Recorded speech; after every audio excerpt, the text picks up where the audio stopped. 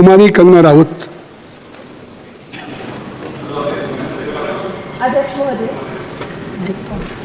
अध्यक्ष महोदय, मैं आपकी धन्यवादी हूँ कि आज मुझे आपने 2024 के इस बजट में अपने विचार रखने का अवसर दिया है और साथ ही मंडी क्षेत्र की जनता जिन्होंने मुझे अपना प्रतिनिधि चुनकर यहाँ उनके पक्ष की बात रखने का मौका दिया है, उनकी भी आभारी हूँ।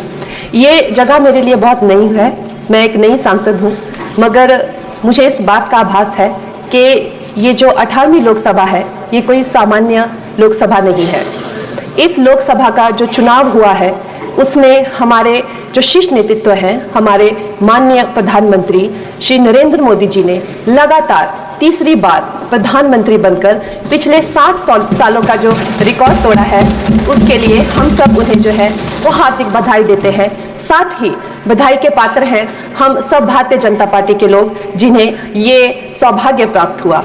और मैं ये भी मानती हूँ कि हमारे भारतवर्ष की जनता जिन्होंने एक स्थिर, सहज और सफल सरकार को चुना है और एक संकल्प को चुना है, वो भी बधाई के पात्र हैं।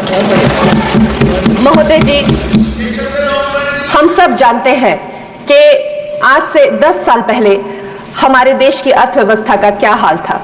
आज से 10 साल पहले हमारी संघर्षशील जो एक चरमराती और एक लड़खड़ाती अर्थव्यवस्था जो कहीं 11वें नंबर पर थी और सारा देश जो है उसको लेकर चिंतित रहता था, पिछले 10 सालों में वो अर्थव्यवस्था 11वें से 5वें नंबर पे आई है और बहुत तीव्रता से जो है 3रे नंबर की तरफ जा रही है।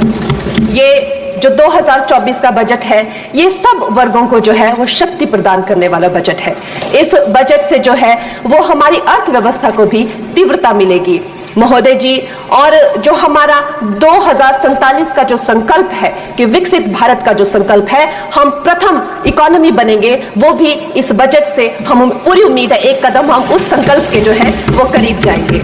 महोदय जी, पिछले साल हमारे हिमाचल प्रदेश में एक बहुत बड़ा प्राकृतिक संकट आया, एक बहुत बड़ी बाढ़ आई जिससे न जाने कितने जन, धन, पशु, जमीन की हमारे लोगों को जो है वो हानि हो गई। लेकिन दुख की बात यह है कि अभी भी हमारा हिमाचल प्रदेश जो है उस त्रासदी के प्रभाव से जो है उसके प्रभाव से, उसकी हानि से बाहर नहीं आ पा रहा है। और उसका जो मूल कारण है वो है वहां की जो कांग्रेस की सरकार है, उनका जो लापरवाही है और उनकी जो भ्रष्टाचार नीतियां हैं। आज भी हमारे लोग जो है उस बाढ़ के प्रभाव से जो पीड़ित हैं। मैं आदरणीय और माननीय हमारी जो वित्त मंत्री हैं श्रीमती सीतारमण जी का मैं आभार व्यक्त करती हूं कि उन्होंने हमारी हिमाचल की जनता के लिए जो है एक स्पेशल रिलीफ फंड की जो घोषणा की है। हम सब हिमाचल वासियों की तरफ से हम आपका अभिनंदन करते हैं और हम आपका आभार प्रकट करते हैं।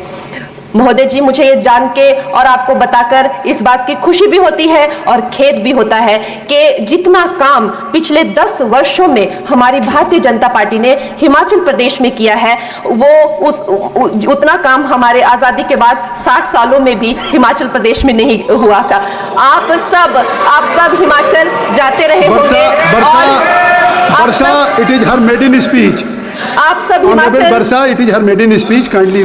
आप सब हिमाचल जाते रहे होंगे और आप सब ने देखा होगा कि वहां पर जो है आज से आजादी के 60 साल तक सिर्फ कुछ रोड्स बने थे और वो भी हमारे माननीय जो पूर्व प्रधानमंत्री अटल बिहारी जी रहे हैं, उन्होंने अपने कार्यकाल में जो है वो ग्रामीण प्रधानमंत्री सड़क योजना के अंतर्गत वो रोड बनाए थे। लेकिन पिछले 10 वर्षों में प्रधानमंत्री नरेंद्र मोदी जी की सरकार ने हमारे क्षेत्र को जो है एम्स, IIT, IIM जैसे वैश्विक स्तर के जो है वो संस्थान दिए हैं और वंदे भारत जैसी ट्रेन को हमारे हिमाचल में पहुंचाया है। हमारे हिमाचल जैसे छोटे से राज्य को 3,500 करोड़ की लागत का मनाली कीर्तपुर जो है वो हाईवे दिया हुआ है, जिसमें माननीय महोदय जी 5 से ज्यादा टनल हैं और 37 से ज्यादा उसमें ब्रिजेस हैं। ऐसे वैश्विक स्तर की जो है हमें इंफ्रास्ट्रक्चर वहां पे मिली है और साथ ही पूरे देश के लिए जो एक बहुत ही अद्भुत इंफ्रास्ट्रक्चर मार्बल है, जैसे कि हमारी अटल टनल 9 किलोमीटर की जो वो अटल टनल है, विश्व की सबसे लंबी टनल है और वो एक